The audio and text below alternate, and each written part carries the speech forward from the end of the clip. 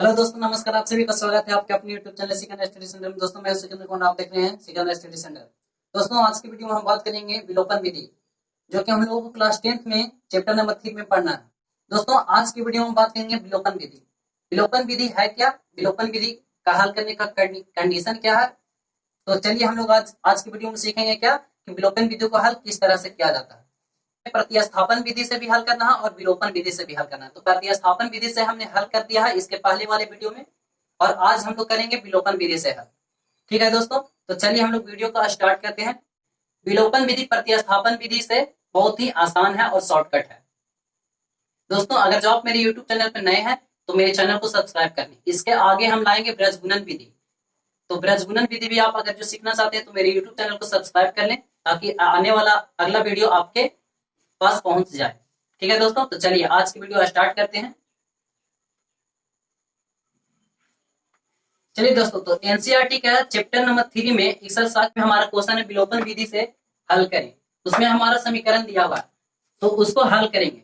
तो सबसे पहले हमारा क्या हो जाएगा कि विलोपन विधि में क्या कंडीशन होगा। सबसे पहले हम लोग जो दिया हुआ रहेगा उसको समीकरण के रूप में मान लेंगे, समीकरण 1, और दूसरा को मान लेंगे समीकरण 2। उसके बाद क्या करेंगे कि एक्स का गुना या तो वाई का गुना, एक्स के गुना को क्या करेंगे कि दोनों समीकरण में बराबर कर देंगे। उससे क्या होगा कि दोनों समीकरण को बराबर कर विलुप्त कर देंगे। उससे क्या होगा कि कोई एक का मान निकल जाएगा, या तो एक्स का मान निकल जाएगा या तो वाई का मान निकल जाएगा। ठीक है, तो चलिए हम लोग स्टार्ट करते हैं। उसके बाद क्या करेंगे कि बराबर करने के बाद हम लोग को जोड़ना या तो घटाना रहेगा। ठीक है, तो चलिए बारी बारी से देखते हैं, करते जाएंगे समझते जाएंगे। तो हमारा क्या हो जाएगा कि देखिए पहला समीकरण में हमारा क्या है, एक्स प्लस वाई बराबर 5 है, और दूसरा समीकरण में क्या है 2x माइनस 3y बराबर 4 है। तो हम लोग चाहेंगे कि x का गुणांक बराबर हो जाए, दोनों समीकरण में x का गुणांक बराबर हो जाए। या तो नहीं तो आप x का गुणांक नहीं बराबर करना चाहेंगे तो y का भी गुणांक आप बराबर कर सकते हैं, कोई भी आपका मर्जी। तो चलिए हम x के गुणांक को बराबर करेंगे। तो x के गुणांक को बराबर करने के लिए क्या करेंगे कि समीकरण 2 में x का गुणांक कितना है 2 है, और समीकरण में x का गुणांक कितना है 1 है, कुछ नहीं तो 1 है। तो क्या करेंगे कि दूसरे समीकरण का x के गुणांक से पहले समीकरण में गुना कर देंगे, और पहले समीकरण के x के गुणांक से दूसरे समीकरण में गुना कर देंगे। तो चलिए यहाँ पे लिख देंगे, सोल्यूशन करके लिख देंगे समीकरण समीकरण 1 में 2 से, समीकरण 1 में 2 से तथा समीकरण 2 में 1 से गुना करने पर, समीकरण 1 में, चलिए हम लोग यहाँ क्या करेंगे कि समीकरण 1 में 2 से तथा समीकरण 2 में 1 से गुना करने पर, तो चलिए गुना कर देते हैं। समीकरण 1 में कितना से गुना करना है 2 से, तो चलिए 2x प्लस 2y बराबर कितना हो गया 10। ठीक है, इसको मान लीजिए समीकरण 3। इसके बाद क्या करेंगे, यहाँ पे क्या है कि समीकरण 2 में 1 से गुना करने पर, तो 2 में कर दीजिए 1 से, तो 2 में 2x से 1 से गुना होगा तो 2x हो जाएगा, माइनस है तो माइनस देंगे। 3y में 1 से गुना होगा तो 3y हो जाएगा, बराबर तो बराबर देंगे। 4 से 1 में गुना होगा तो 4 हो जाएगा। अब इसको मान लीजिए क्या समीकरण 4, समीकरण 4। अब इसके बाद क्या करेंगे, यहाँ देखिए इसके बाद हम लोग क्या करेंगे कि x के गुना दोनों समीकरण में इसको विलुप्त कर देंगे। तो विलुप्त करने के लिए हमको क्या करना पड़ेगा कि हमको जोड़ना या तो घटाना पड़ेगा। तो हमको यहाँ क्या करना पड़ेगा, देखिए घटाएंगे तो ये दोनों कट जाएगा ना, कट जाएगा। तो चलिए हम लोग क्या करेंगे कि घटा देंगे, समीकरण 3 में समीकरण 4 से घटा देंगे। तो यहाँ लिख देंगे कि समीकरण 3 में समीकरण 4 से घटाने पर, समीकरण 3 में समीकरण 4 से घटाने पर, यह बात हम यहाँ भी लिख सकते थे कि समीकरण 1 में 2 से तथा समीकरण 2 में 1 से गुना करके घटाने पर। लेकिन हम आप लोग के समझने के लिए हम एक स्टेप और बढ़ा दिए हैं। ठीक है दोस्तों, तो चलिए हम लोग यहाँ घटा देते हैं। चलिए 2x है प्लस 2y है इक्वल टू 10 है, 2x है माइनस 3y है बराबर 0। अब इसको घटा दीजिए, तो घटा दीजिए, देखिए प्लस माइनस क्या हो गया माइनस, तो ये 2x से 2x कट गया। अब यहाँ क्या हो गया माइनस माइनस प्लस, और ये प्लस प्लस क्या होता है प्लस, तो क्या हो जाएगा 3 2 5y, कितना हो जाएगा 5y बराबर। अब देखिए प्लस माइनस क्या हो गया माइनस, तो 10 में से 4 गया तो कितना बचा 6। ठीक है, अब y बराबर यहाँ क्या कितना आ गया, y बराबर 6/5, इसलिए y बराबर कितना आ गया 6/5। अब y का मान क्या करेंगे कि समीकरण 1 में रख देंगे। जिससे हमारा क्या होगा कि x का मान निकलेगा। तो चलिए यहाँ पर लिख देंगे कि y का मान समीकरण 1 में रखने पर, y का मान समीकरण 1 में रखने पर, तो समीकरण 1 क्या है, x प्लस y बराबर क्या है 5। ठीक है, चलिए x प्लस y का मान कितना आया है 6/5, तो 6/5 हो गया बराबर 5।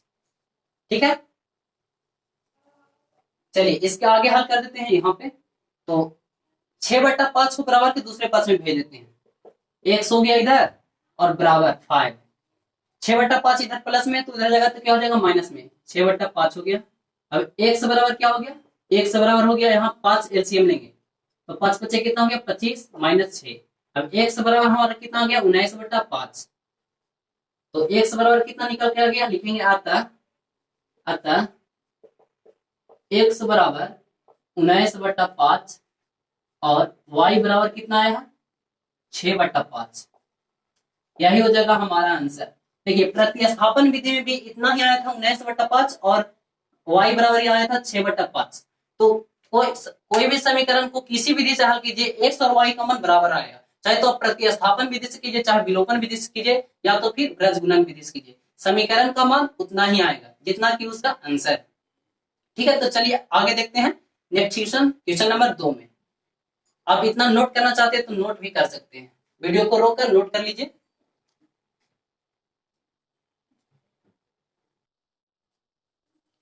चलिए अब देखते हैं दोस्तों एक्सरसाइज नंबर 3.4 में क्वेश्चन नंबर 2 विलोपन विधि से हल करें। तो क्वेश्चन हमारा दिया हुआ है जिसे हम लोग विलोपन विधि से हल करना है हम लोगों को। ठीक है दोस्तों, तो चलिए विलोपन विधि से हल करने के लिए हमने पहले क्वेश्चन में कैसे क्या क्या कंडीशन पढ़े। सबसे पहले हम लोग क्या करेंगे कि इसको समीकरण मान लेंगे फर्स्ट और इसको मान लेंगे समीकरण 2। उसके बाद क्या करेंगे कि समीकरण 1 में x का गुणांक और समीकरण 2 में x का गुणांक दोनों बराबर हो, दोनों क्या हो बराबर हो। उसके बाद हम लोग विलुप्त कर देंगे, विलुप्त करने के बाद हम लोग को y का मान निकल जाएगा, या तो फिर y का ही मान को हम लोग क्या करेंगे बराबर कर देंगे और x का मान हम लोग को निकल। तो हम लोग क्या करेंगे सबसे पहले कि समीकरण 1 में x का गुणांक 2 है, तो समीकरण 1 में 2 से गुना करने पर और समीकरण 2 में 3 से गुना करने पर गुना करके क्या करेंगे कि देखिए प्लस माइनस क्या हो रहा है माइनस हो रहा है, तो हम लोग को क्या करना है घटाना है।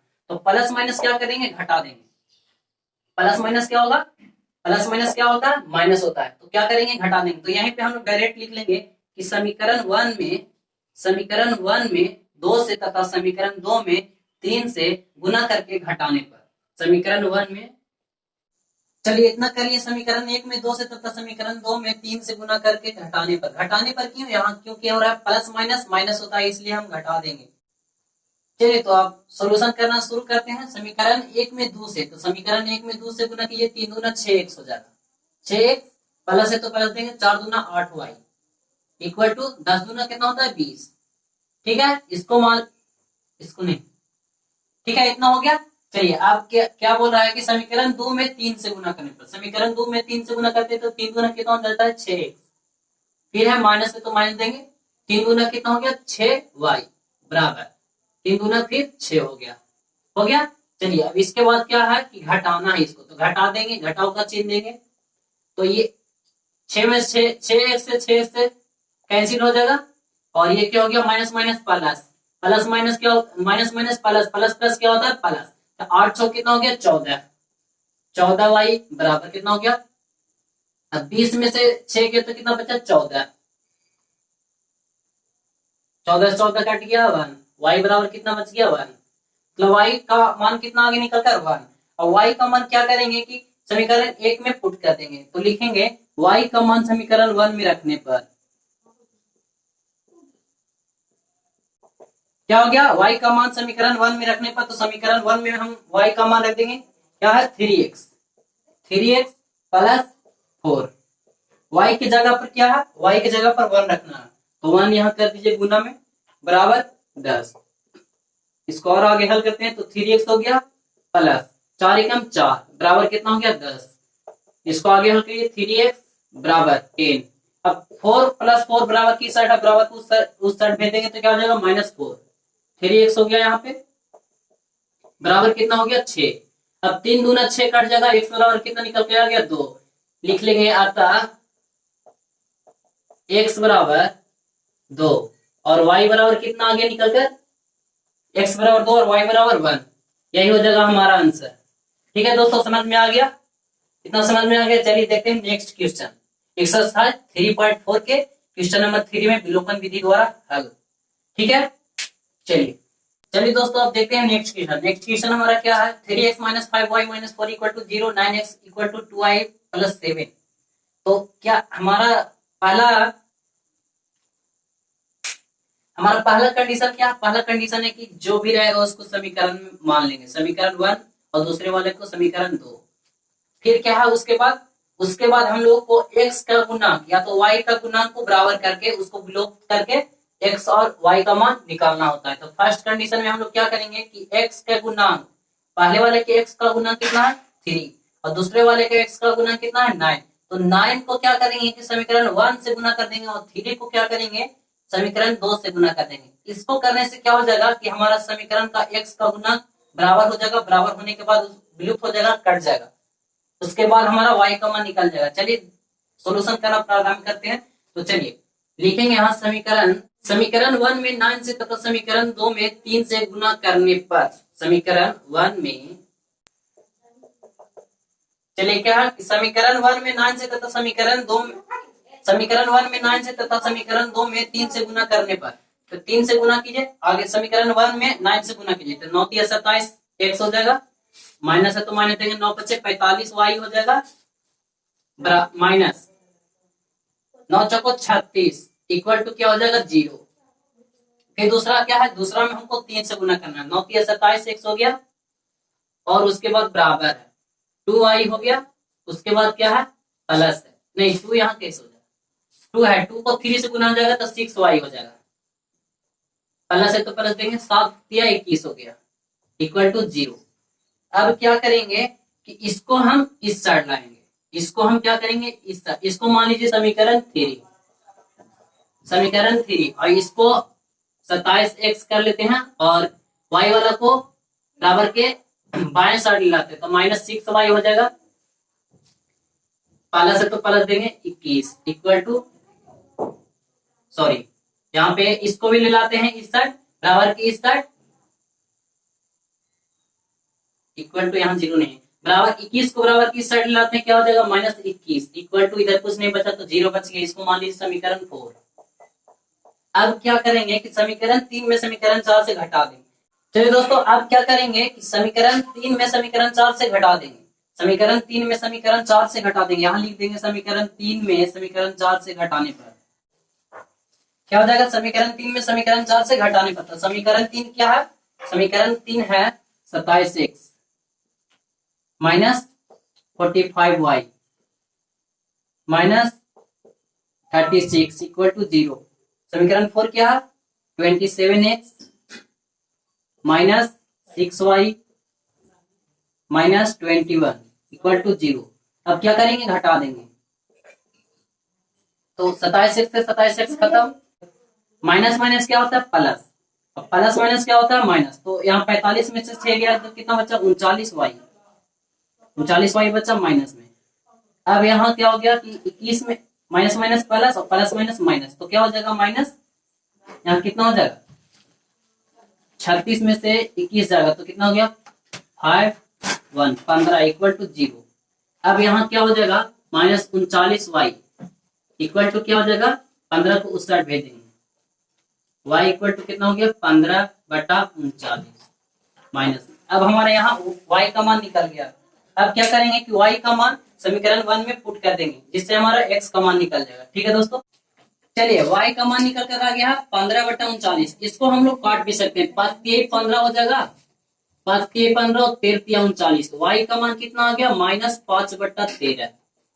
अब y का मान समीकरण 1 में रख दीजिए, तो लिख दीजिए यहाँ समीकरण 1, y का मान समीकरण 1 में रखने पर,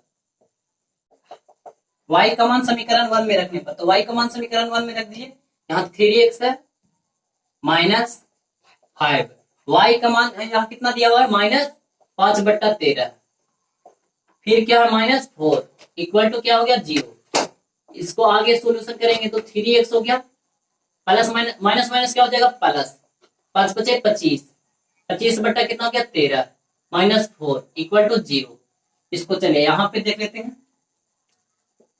3x फिर क्या प्लस 25/13, 25/13 हो गया -4 = 0। फिर क्या हो गया 3x।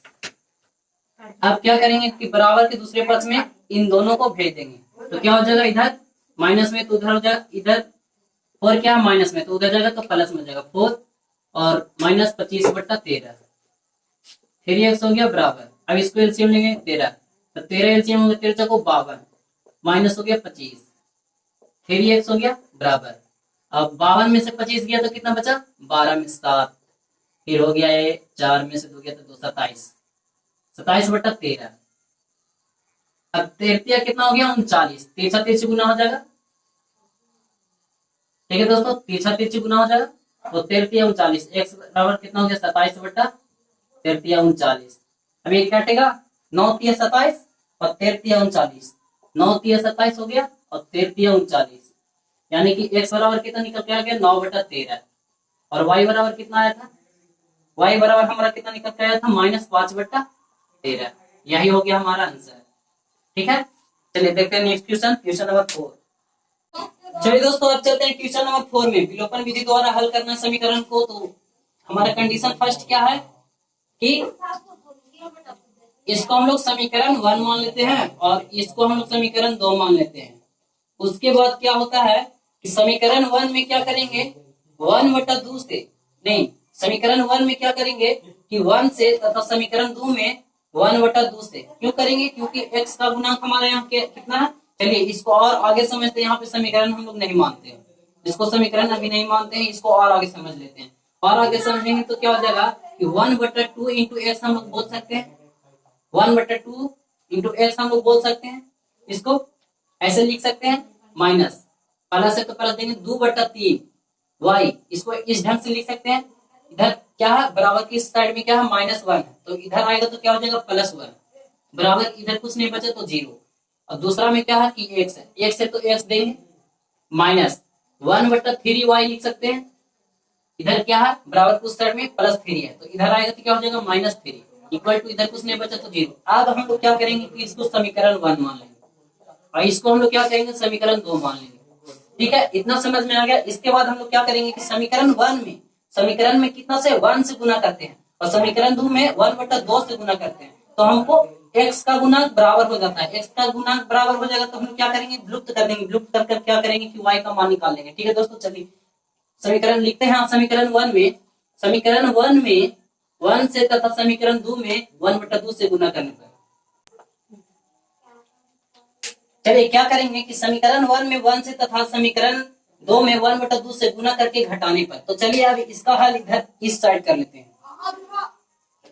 समीकरण 1 में 1 से गुना करेंगे तो कोई इफेक्ट पड़ेगा नहीं पड़ेगा, 1x/2 हो गया प्लस 2y/3 -1 इक्वल टू क्या हो गया, नहीं +1 इक्वल टू क्या हो गया 0। अब क्या होगा कि समीकरण 2 में 1/2 से गुना करने पर, समीकरण 2 में हम लोग गुना करेंगे तो क्या हो जाएगा